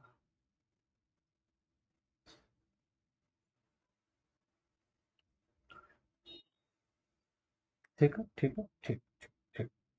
चलिए, तब इसका हम क्या करूँ इसको, या तो एलसीएम लेना पड़ेगा, या तो कॉर्नर जाके माइनस करना पड़ेगा। तो चलते हैं कॉर्नर के पास, डायरेक्ट माइनस करते हैं। तो ये कितना आ जाएगा, कॉर्नर गुना करेंगे तो 9 आ जाएगा, 9 दूनी 18 आ जाएगा, 189, और ये 196 इधर चला जाएगा। यानी 196 में यदि हम 189 माइनस कर देंगे तो कितना आएगा, यहाँ 7 हो जाएगा, ये जीरो हो जाएगा, ये जीरो हो जाएगा, 7 हो जाएगा, यहाँ 21 गुना 196। ठीक है, 7 या 21, यानी जो भी सी का होगा, 6 या 18 इकाई अंक पे 8 होगा, एक ही इकाई अंक पे 8 है, आंसर बी। ठीक है, बस कुछ नहीं करना, एक दिन में दोनों को योग करके इसको माइनस करना, बस इतने सवाल है। चलते हैं अगले क्वेश्चन की तरफ। ये भी कल क्वेश्चंस करवाए थे, सिर्फ डाटा चेंज था। धारा के अनुकूल गति 22 किलोमीटर पर घंटा और धारा के प्रतिकूल गति इतना किलोमीटर प्रति घंटा, एक नाव को किसी स्थान पर जाने और वहां से कुल आने में 8 घंटे लगते हैं। मान लीजिए ये ए बी दूरी, ए बी दूरी है, ये नदी है, धारा की चाल इधर है, धारा की चाल इधर है। तो कोई यदि धारा के अनुकूल, अनुकूल मतलब उसी के अनुकूल है, धारा के अनुकूल मतलब कि उसी के फेवर में, तो अनुकूल मतलब क्या मैं बोल सकता हूँ कि डाउन दिशा में, नीचे की दिशा में कितना गति है, 22 किलोमीटर पर आवर, यानी इधर ये 22 किलोमीटर पर आवर है। और यदि अप दिशा में यानी ऊपर की ओर, क्या गति है इसका, 5.5 किलोमीटर पर आवर गति है। ठीक है, और यहाँ से इसको जाने में, फिर वहां से इसको आने में कितना समय लगता है, 8 आवर लगता है, 8 घंटे लगता है यहाँ, टोटल 8 घंटे। तो नाव किया गया कुल दूरी कितनी है, तो क्या मैं मान लेता हूँ कि x किलोमीटर दूरी तय किया होगा। x किलोमीटर जब दूरी तय किया होगा, 22 किलोमीटर पर घंटा से ये दूरी तय करेगा, तो कहीं ना कहीं इतना घंटा में ये वहां तक पहुंचेगा, मंजिल बी तक। ठीक है, अब फिर यदि वो उधर से आ रहा है तो दूरी तो वही रहेगा जितना वो गया, लेकिन आते समय वो क्या देख रहा है कि उसकी जो चाल है वो 5.5, कहीं ना कहीं हम 55 या 10 लिख देता हूँ, इतना चाल है। तो यदि इसमें ये चला जाएगा इतना दूरी में, इस गति से कर रहा है, तो कहीं ना कहीं इतना घंटा में ये आने और जाने में दोनों समय लगाएगा, लेकिन समय कितना लग रहा है, 8 आवर, तो 8 आवर के बराबर हो जाएगा। बस आपका वैल्यू निकल गया। इसका एलसीएम ले लीजिए, क्या इसका 55 होगा, नहीं तो 55 का दुगुना कीजिए, 110, तो ये क्या आ जाएगा, 5x प्लस ये कितना आ जाएगा, 2 10 दूनी 20x, कितना हो गया, 25x/110 बराबर 8। तो यहाँ से आप निकाल लीजिए, 5 से 5 गया, 5 दूनी 10, 2 गया, तो यानी 176/5। तो ये 176/5 किलोमीटर। तो आप जाइएगा ऐसे तो फिर हो जाएगा ऐसे गलती, कोई फायदा नहीं होगा। क्यों फायदा नहीं होगा, क्योंकि क्या पूछ रहा है यहाँ, कुल दूरी पूछ रहा है, आने और जाने का, ये तो सिर्फ जाने का दूरी है। एक्स का जो दूरी है सिर्फ एक ही दिशा में तो दूरी है दोस्त, एक्स को हम थोड़ी है कि दोनों दिशाओं को योग करके एक्स माने हैं, नहीं, एक्स को सिर्फ जाते समय माने, ये एक्स का दूरी यहाँ से यहाँ माने। फिर आइयो रहा है, तो कहीं ना कहीं बोल सकते हैं कि इसमें गुना 2 होगा। यदि गुना 2 हो जाएगा तो कितना हो जाएगा, लास्ट में इकाई डिजिट पे 2 हो जाएगा, 176 गुना 2 करेंगे तो 172 धरती पे कभी नहीं आएगा, यानी 152 आंसर हो जाएगा। समझ गए, इसलिए क्वेश्चंस को पूरा पढ़ना और ध्यान से पढ़ना। ठीक है, चलते हैं अगले क्वेश्चन की तरफ। आपके पास ए बी द्विघात समीकरण दिया गया है, मूल है, तो ए बी और माइनस ए बी क्या होगा। कोई भी द्विघात समीकरण है तो उसका मूलों का योग क्या होता है, तो मूलों का योग हो जाता है -b/1। और यदि आपसे कर दे मूलों का गुणनफल क्या हो जाता है, तो आप बोल दीजिएगा कि गुणनफल जो होता है c/। ठीक है, इतना आप मानते हैं। तो मूलों का योग, इसको हम क्या वैल्यू मानू, कुछ नहीं है तो 1 मान लीजिए, ए बराबर, इसको 9 मान लीजिए, सी इसको 8 मान लीजिए। बस यहाँ से आपको निकाल, क्या पूछा है, A B minus A B, तो ए बी का वैल्यू क्या है, -b/a। इसको डिनोट करते ये फॉर्मूला दोनों याद रखिएगा, बहुत काम देगा ये इमरजेंसी में। तो -b/a, तो माइनस बी कितना है, सॉरी ये माइनस, ये बी बराबर तो -9 है ना, यहाँ माइनस है, -9 तो माइनस माइनस प्लस, यानी हम बोल सकते हैं कि a प्लस बी जो हो जाएगा 9/a, और ए बी जो हो जाएगा c/c कितना है 8, a/ कितना है 1, यानी ए बी का वैल्यू 9, और ए बी का यदि गुणनफल हम कर देंगे तो इसका वैल्यू क्या हो जाएगा, 8 आ जाएगा। तो बस यही तो पूछा है, ए बी में माइनस ए बी पूछा है, ये दोनों में ये दोनों माइनस कर देंगे तो 1 आएगा।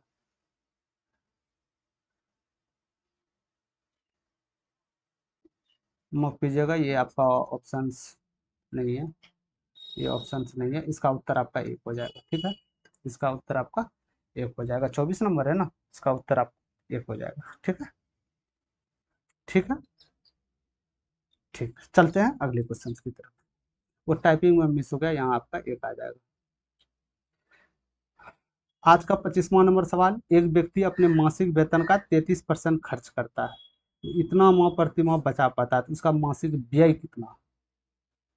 यदि आय 100 रुपया था, तो ये बोल रहा है 33 खर्च कर रहा है, तो 33 खर्च कर रहा है तो हम बोल सकते हैं 67 जो होगा वो बचत कर रहा होगा। यदि 100 आपके पास आय है, 33 रुपया उसमें खर्च कर रहे हैं, तो 67 रुपया तो बचा पा रहे हैं आप। तो 67 रुपया आप बचा पा रहे हैं, लेकिन वो पैसा में वैल्यू कितना बचा रहे पा रहे हैं आप, 98, यानी ये बचत आपका बराबर हो जाएगा। हो जाएगा ना, ये बचत और ये बचत आपका बराबर हो जाएगा, होगा ना बराबर। बस इसका वैल्यू ये बचत है, तो क्या पूछ रहा है, उसका मासिक व्यय क्या है, व्यय को वैल्यू क्या था आपका, व्यय यानी खर्च का 33, बस 33 का वैल्यू निकालना। 68 का दिया गया है, 33 का पूछ रहा है, तो ये लगभग कहीं ना कहीं ये दुगुना होगा, कहीं ना कहीं ये दुगुना तो होगा, दुगुना हो रहा है कहीं ना कहीं। ठीक है, तो यदि दुगुना करेंगे, इसको माइनस हाफ कर देंगे, तो कितना हो जाएगा, 3 1 4, सॉरी 3 1, द्वितीय से 2 1 2, 2 चौक 8 हो गया, 2 9 18 हो गया, 3149, 33% का। लेकिन क्या मैं इसका 33% का मान निकाला हूँ, नहीं, कितना परसेंट का, इसका आधा लिए हैं, तो आधा कितना लिए हैं, यानी 33.5% का लिया है, यानी 3149 के नीचे आएगा, 3149 के नीचे आएगा, 3149 के नीचे आएगा, 3149 के नीचे आएगा, तो 3149 के नीचे कौन ऑप्शन है आपके पास। अरे आएगा ना, 67% बचत कर रहा है, इसका वैल्यू इतना के बराबर है, तो खर्च तो पूरा, खर्च तो हम 100 में इतना किए, तो इसका वैल्यू क्या आएगा। यदि हम इसको आधा करते हैं, तो आधा 33 थोड़ी है, यदि हम इसका आधा लिखे मेरे दोस्त, इसका आधा लिए, तो कहीं ना कहीं इसका आधा होगा, 0.5, यही तो मेरा है। तो 33.5 का आ रहा है, लेकिन हमको 33 वैल्यू लेना है, कहीं ना कहीं 3149 से नीचे आएगा। ये तो नहीं है हो सकता, ये काफी नीचे चला जाएगा, 3, ये भी 3, 3102।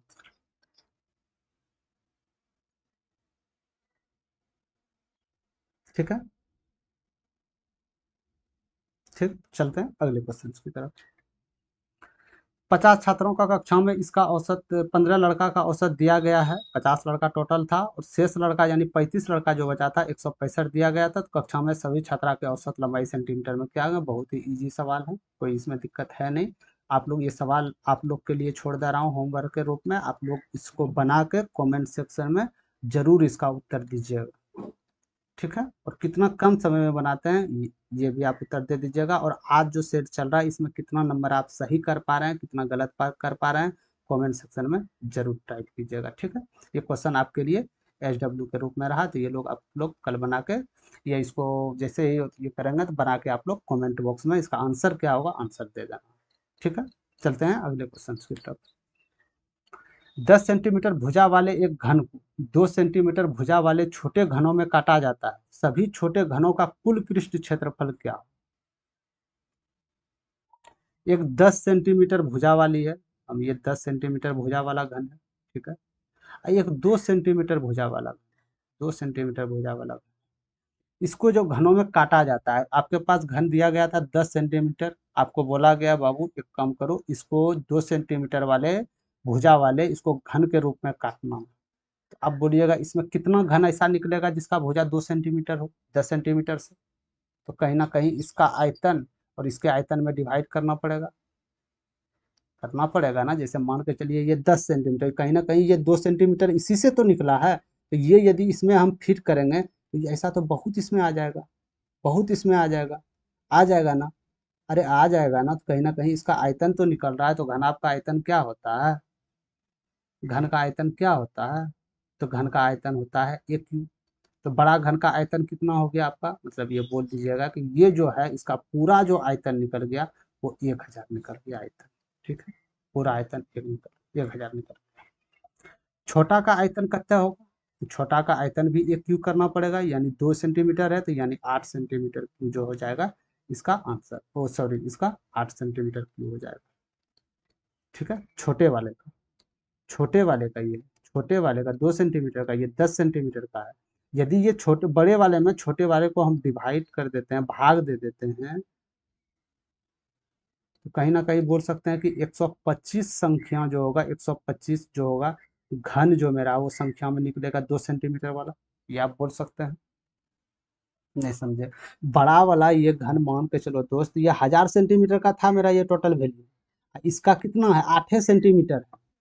तो कितना? 8 सेंटीमीटर है, तो क्या को 8 सेंटीमीटर वाला 1000 पूरेगा? तो यही तो करते हैं, तो एक्स बराबर इसको कटाना तो ही पड़ेगा, यानी 125 घन ऐसा है कि जो इसमें फिट हो जाएगा, इससे काटा जाएगा। ठीक है, यानी हम बोल सकते हैं कि 125 घन निर्माण करेगा 10 सेंटीमीटर की भुजा होती आयतन वाले से। ठीक है, या 10 सेंटीमीटर भुजा वाले घन में से। टोटल कितना निकला मेरा? 125 घनों की संख्या। पूछ क्या रहा है? कुल पृष्ठ क्षेत्रफल। तो कुल पृष्ठ क्षेत्रफल घन का क्या हो जाता है? 6a²। तो कुल पृष्ठ घन पूछ किसका रहा है? कुल पृष्ठ क्षेत्रफल किसका? 2 सेंटीमीटर भुजा वाले का, जो नयका आप निकाले। तो 2 सेंटीमीटर भुजा वाले का, तो 2 सेंटीमीटर भुजा ये करते हैं 2 दूनी 4, यानी बोल सकते हैं 24 सेंटीमीटर। यानी 24 सेंटीमीटर, 24 जो सेंटीमीटर ये जो होगा कुल पृष्ठ क्षेत्रफल होगा, वो एक भुजा का होगा, ये एक घन का होगा। 2 सेंटीमीटर वाले घन का एरिया 24 होगा एगो का। ऐसे आपके पास कितना है? 125 है। तो इसका कितना हो जाएगा? तो इतना 5 चौक 20, यानी इकाई डिजिट पे जीरो आ जाएगा। जीरो 2 डिजिट पे है, तो आगे चलते हैं। 25 से ये हो जाएगा, यानी सिंगल डिजिट डबल जीरो आ जाएगा, तो ये आपका उत्तर आ जाएगा। ठीक है, कहीं कोई दिक्कत नहीं है? यदि वीडियो ना समझ में आए, क्वेश्चन ना समझ, वीडियो एक बार पीछे जाके प्रीवियस में जाके देख सकते हैं। ठीक है, और ऐसा कहीं कोई दिक्कत नहीं था, बस आयतन इसका निकलना कितना घन आ रहा है, बस इसी द्वारा करना था आपको। चलते हैं अगले क्वेश्चन की तरफ। यदि 2400 रुपया की राशि 20% वार्षिक चक्रवृद्धि ब्याज की दर से अर्धवार्षिक रूप से चक्रवृद्धि किया जाता है, तो एक वर्ष बाद मिश्र धन क्या होगा? ब्याज नहीं, चक्रवृद्धि ब्याज नहीं पूछ रहा, मिश्र धन क्या होगा? मिश्र धन मतलब कि जो आपका मूलधन लगा था वो मूलधन, आप जो ब्याज कमाए, दोनों को ऐड करके मिश्र धन बोला जाता है। ठीक है, 2400 रुपया था, 20% था, तो रेट आपके पास क्या था? 20% था। टाइम क्या दिया गया था आपके पास? 1 साल के लिए। क्या ये सालाना ब्याज था? जी नहीं, अर्धवार्षिक ब्याज था, मतलब 6 6 महीना में ब्याज लगेगा। तो 6 6 महीना में यदि ब्याज लगेगा, तो 1 साल, क्या मैं बोल सकता हूँ कि 1 साल में 2 साल इसको मान लेते हैं, 2 बार इसको ब्याज देना पड़ेगा। ठीक है, रेट 20%, क्या सालाना है या मंथली है? तो नहीं, ये सालाना है। सालाना है ना? सालाना है ना? अब साल में 20% है। ठीक है, सालाना 20% है। यदि इसको हम 6 महीना में काउंटिंग करें तो 10-10% देना पड़ेगा, तो यानी कह सकते हैं रेट इसका 10% आ जाएगा, और टाइम 2% आ जाएगा। ठीक है, टाइम 2% आ जाएगा। समझ गए? अब इसका कंपाउंड इंटरेस्ट पूछा जा रहा है ना, कंपाउंड इंटरेस्ट। तो कंपाउंड इंटरेस्ट का कितना आ जाएगा? तो CI आप निकालने के लिए जानते हैं, ये भी फॉर्मूला से आप बैठा सकते हैं। ठीक है, 10 हो गया एक, 10 हो गया प्लस 10 × 10/100 हो गया, ये कट गया, 10 10 20 1, यानी 21% आपका कंपाउंड इंटरेस्ट निकल गया। ठीक है, इससे भी निकाल सकते हैं, या एक फार्मूला हम आपको बताए थे, SI/R², 2 ईयर्स का, इससे भी आप निकाल सकते हैं। तो CI कितना आ गया? कंपाउंड इंटरेस्ट टोटल का 21% आ गया। क्या मेरा ये कंपाउंड इंटरेस्ट पूछ रहा है? नहीं, मिश्र धन पूछ रहा है, तो इसका मिश्र धन कितना हो जाएगा? तो 121। अरे मिश्र धन तो वही होता है मूलधन अब प्लस इंटरेस्ट। तो मूलधन तो हम 100% माने हैं, इंटरेस्ट 21% निकल के आया है मेरे पास, तो कहीं हम बोल सकते हैं मिश्र धन ये हो जाएगा। ठीक है, तो कितना वैल्यू है? 2400 वैल्यू है आपका। मिश्र धन पूछा है तो 121% इसका निकाल लीजिए, कहीं ना कहीं 2400 से ज़्यादा आएगा मिश्र धन आपका। तो मिश्र धन इतना है, इंटरेस्ट जुट के मिश्र धन का निर्माण करेगा। तो ये 2 0 2 0 चला गया, 4 1 4, इकाई डिजिट पे 4 जो होगा वही उत्तर होगा, उसका आंसर 4। ठीक है, आप ऐसे कर सकते थे। यदि आपको इसमें परेशानी हो रहा है मिश्र धन सब करने में, तो 21% इसका टोटल आपका कंपाउंड इंटरेस्ट निकला था। तो 2400 रुपया का आप सीधे, 1 मिनट, 2400 रुपया का आप कंपाउंड यानी चक्रवृद्धि ब्याज निकाल लीजिए। तो 2400 रुपया 21% जो हम करेंगे, तो इसका चक्रवृद्धि ब्याज निकलेगा। निकलेगा ना चक्रवृद्धि ब्याज? बस ये दोनों को ऐड कर देना है आपको, कितना आ जाएगा? ये 24 ये 48 हो जाएगा, तो यानी बोल सकते हैं 504। बस 504 इसमें आपको ऐड करना है, तो यानी 409 2904 हो जाएगा। बस यही करना था। और यहाँ हम करने के जगह पे डायरेक्ट 121% कर दिए, तो क्या गलत किया? ठीक है, चलते हैं अगले क्वेश्चन की ओर। प्रक्षेपण दिया गया है, ये माध्य का क्या होगा? हम आपको बार बार बता रहे हैं कि माध्यका निकालने के लिए या तो इसको आरोही क्रम में लिखना होगा या अवरोही क्रम में लिखना होगा और बीच वाला संख्या होगा। ठीक है, तो क्या मैं इसको पेन पे उतारूंगा 24 20 30 ऐसे नहीं, इसको उतारना, इसको मुंह से करना। कैसे करना है हम आपको बता, पहले माध्यका का क्या है, परिभाषा क्या है। माध्यका, माध्यका क्या, माध्यका किसी डेटा सेट का माध्यमान है।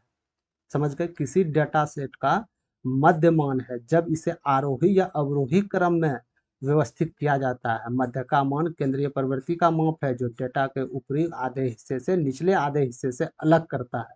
माध्य का केंद्रीय प्रवृत्ति का एक सगृत माप है जो चरम मूल्यों से प्रभावित नहीं होता है। कहने का मतलब है कि माध्यका जो हो जाएगा सबसे बड़ा भाग, यानी कि टोटल आरोही क्रम या अवरोही क्रम में सजाइए। जैसे मान के चलिए मेरे पास 11 संख्या, मेरे पास 11 संख्या है, तो इसको आरोही क्रम में छोटा से बड़ा में सजाना है। तो छोटा से बड़ा में सजाएंगे तो 5 अंक इधर आएगा, 5 अंक इधर आएगा, यानी एक जो बचेगा यही आपका माध्यका होगा, यही आपका माध्यका होगा। ये बात आप मान गए, यही आपका माध्यका, यानी कौन, छठा नंबर आपका माध्यका हो जाएगा।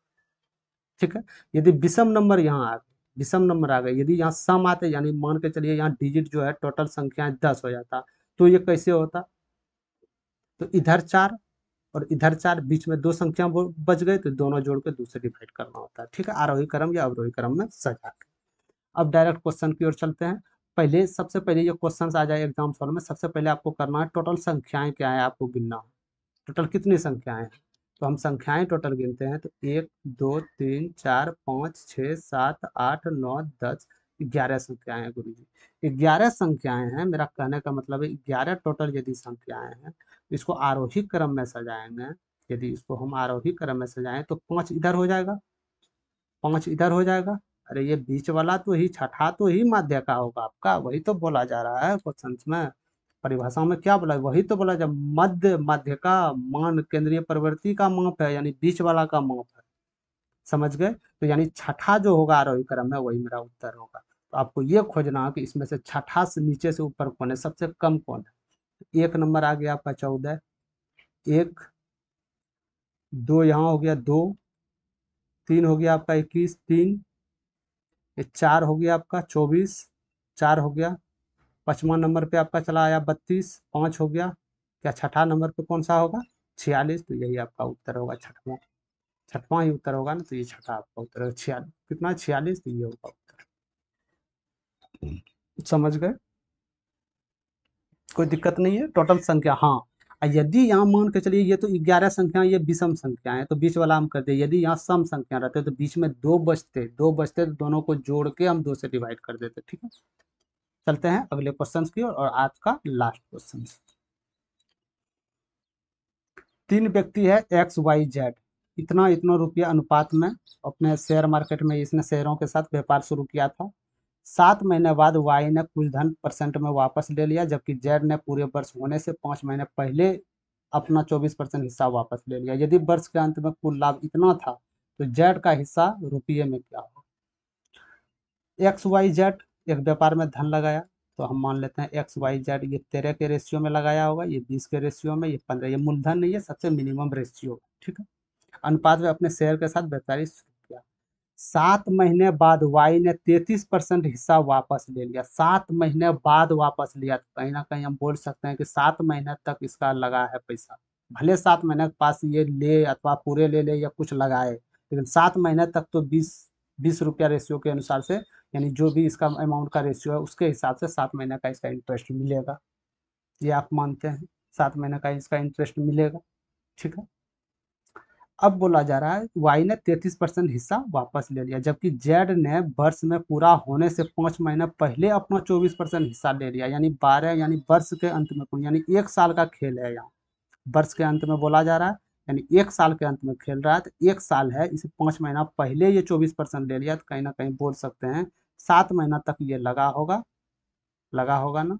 ठीक है, ठीक है, बी जो ये 33% वापस लिया, ये 7 महीने तक जो लगाया था, क्या ये आगे पैसा और नहीं लगाएगा। यदि ये बोलता 100% वापस ले लिया तब तो कुछ नहीं होता, लेकिन ये 33% ही वापस लिए हैं, यानी कि 67% जो है, 20 का हम बोल सकते हैं 67% जो है, अभी भी पैसा 5 महीना के लिए लगेगा आगे, क्या कि 1 साल का व्यापार है।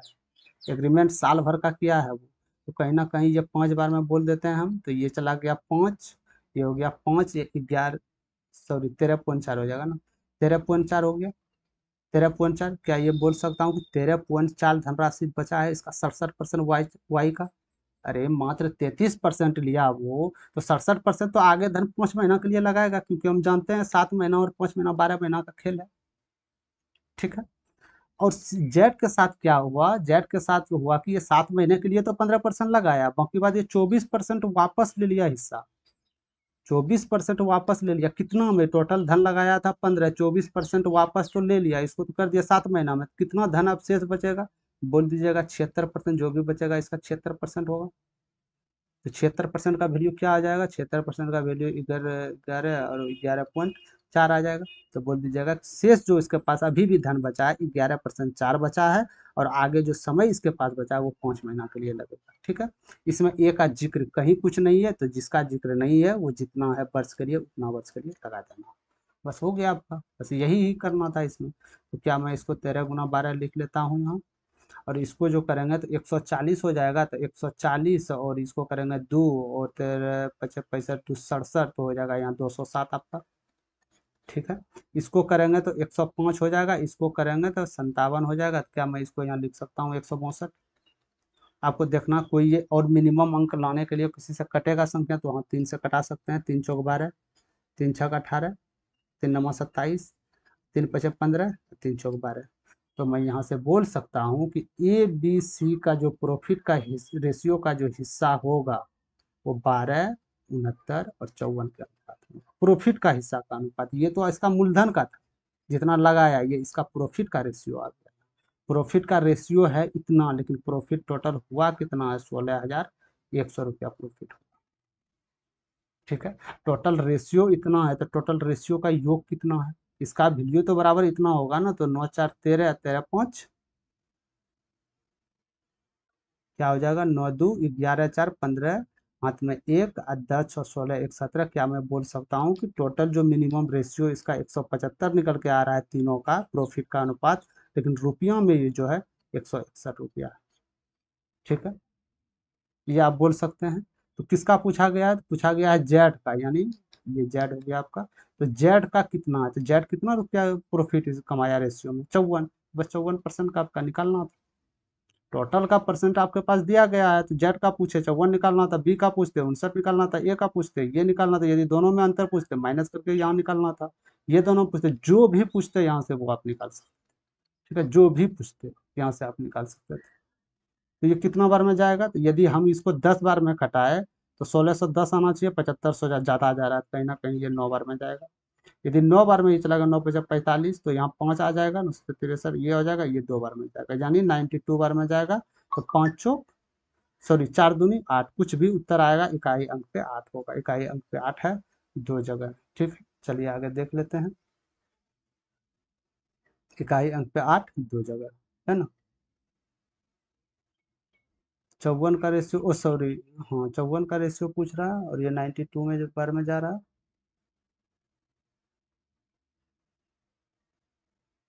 हाँ हाँ ठीक है ठीक है, नहीं नहीं इसको निकालना ही पड़ेगा।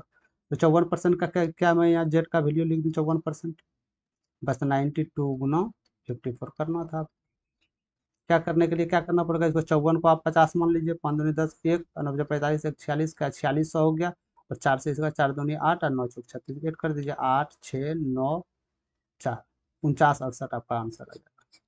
ये आ जाएगा। यदि इकाई डिजिट पे यहाँ 8 नहीं रहता, ये सपोज डेट नहीं रहता, तब तो डायरेक्ट उत्तर दे सकते थे हम। ठीक है। कोई दिक्कत नहीं। ठीक है। ये समझाने के लिए थोड़ा सा हम प्रोसेस लंबा कर दिए, बाकी बात कुछ नहीं था। इसको आप प्रैक्टिस यदि कीजिएगा, प्रैक्टिस कीजिएगा, तो वो हो जाएगा।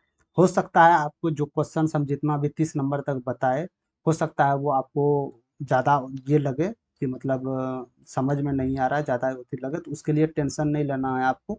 रिवीजन करते रहना, प्रैक्टिस प्रैक्टिस करते रहना। प्रैक्टिस कीजिएगा, कोई भी चाहे कोई भी क्वेश्चन हो वो आपको इजी लगेगा। ठीक है। तो बस आज के लिए इतना ही था। और बाकी बात, यदि आप पीडीएफ इसका क्लास का पीडीएफ फुल नोट्स लेना चाहते हैं तो आपको टेलीग्राम पे जाना होगा। लिंक हम डिस्क्रिप्शन में दे देंगे, वहाँ से आप पीडीएफ डाउनलोड कर सकते हैं, या तो ये लिंक यहाँ से आप सर्च करके डायरेक्ट जा सकते हैं। ठीक है। यदि सेशन पसंद आ गया दोस्त तो सेशन को लाइक कर दें, और जो अभी तक बच्चे को शेयर, यदि दोस्त भाई बहन जो भी हो उसके पास वीडियो शेयर कर दें जहाँ तक आसानी से मिल सके। आगामी आने वाले, आपको पता है 7 अगस्त से आपका एग्जाम स्टार्ट है एनटीपीसी 12th लेवल का। ठीक है, NTPC 12th level exam start है, तो आप लोग जुट जाइए, धोखा मत खाइए। मात्र 3000 कुछ पोस्ट है दोस्त, और फाइट करने वाले एनटीपीसी ग्रेजुएट से भी ज़्यादा है, तो इसलिए आपका तैयारी बूस्ट होना चाहिए, एक्सलेंट होना चाहिए। ठीक है। तो आप कंटेंट टिप्स से जुड़िए, मैथ मस्ती क्लासेस से आप जुड़िए। चैनल को सब्सक्राइब नहीं किया तो सब्सक्राइब कर दीजिए, जो भाई बहन सब्सक्राइब नहीं किया उसको भी बोलिए सब्सक्राइब। सब्सक्राइब करने इसीलिए बोला क्योंकि जो भी हम क्लास का पीडीएफ नोट्स कुछ भी डालें, सबसे पहले वो आपको नोटिफिकेशन, सबसे पहले नोटिफिकेशन आप तक पहुँचे। ठीक है, सबसे पहले नोटिफिकेशन आप तक पहुँचे और कहीं कोई ज़्यादा दिक्कत ना हो। ठीक है, तो आज के लिए इतना ही, धन्यवाद। मिलते हैं नेक्स्ट क्लास में। जय हिंद।